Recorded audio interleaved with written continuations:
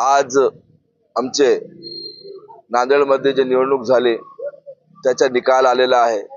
त्याच्यामध्ये जे निवडून आलेले आमचे नगरसेवक आहे आणि जे पराभूत झालेले नगरसेवक आहे त्या दोन्हीला बोलवून आज खासदार साहेबांनी, शहराध्यक्ष साहेबांनी, जिल्हाध्यक्ष व पूर्ण कार्यकर्ता व पक्षाचे जबाबदार सर्वांनी भेट घेतली। त्याच्यानंतर निवडून आलेले नगरसेवकांचा सत्कार करण्यात आला। त्याच्यानंतर जे पराभूत झाले त्यांची भेट घेतली आणि याच्यामध्ये आमचा जे पक्ष आहे काँग्रेस आहे, हा काँग्रेस पक्ष सर्वांना घेऊन चालणारा पक्ष आहे। पुढे चलून आज जर हार झाली तर काही चिंता नाही, पुढे आमचेच दिवस येणार आहे। कारण जे सर्वांना घेऊन चालणारा पक्ष ते काँग्रेस पक्ष आहे, सर्व समाजाला घेऊन चालणारा पक्ष काँग्रेस आहे। आणि खास करून आम्ही प्रभाग क्रमांक 11 मधून 4 उभे होणारे नगरसेवक आमच्या पराभूत झाला तरी काय हरकत नाही, तरी पण आम्ही शेवटपर्यंत स्वतः सोबत राहून लढल्या। याच्यामध्ये फार प्रयत्न झाले की आमच्या समोरच्या माणसांनी बिनविरोध करण्याचा प्रयत्न केला।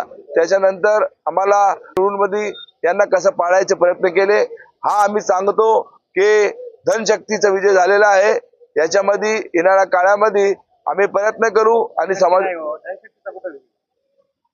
धनशक्ती नाही सांगायचे का, आमच्या झालेले 10चे 10 नगरसेवकांचा विजय झालेला आहे आणि आमच्या सोबत 5 जे वंचितचे होते ते पण निवडून आलेले आहे आणि विरोधी पक्ष नेता आमचाच राहणार आहे, याचा आम्हाला गर्व आहे।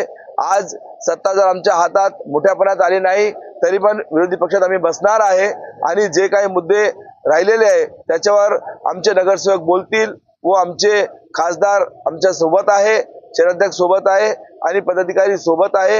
आम्हाला अभिमान आहे की आम्ही काँग्रेसी आहो। पुढे चलून आम्ही पूर्ण ताकदीने इलेक्शन लढू आणि जिंकू आणि ज्याने आम्हाला मदत केली, ज्याने आम्हाला मतदान केले त्यांचे आम्ही आभार मानतो। चारीकडून समदे नगरसेवकाकडून मला बोलण्याची संधी दिली, मी सर्वांचा आभार मानतो। धन्यवाद। जय हिंद, जय महाराष्ट्र, खुदा हाफिज।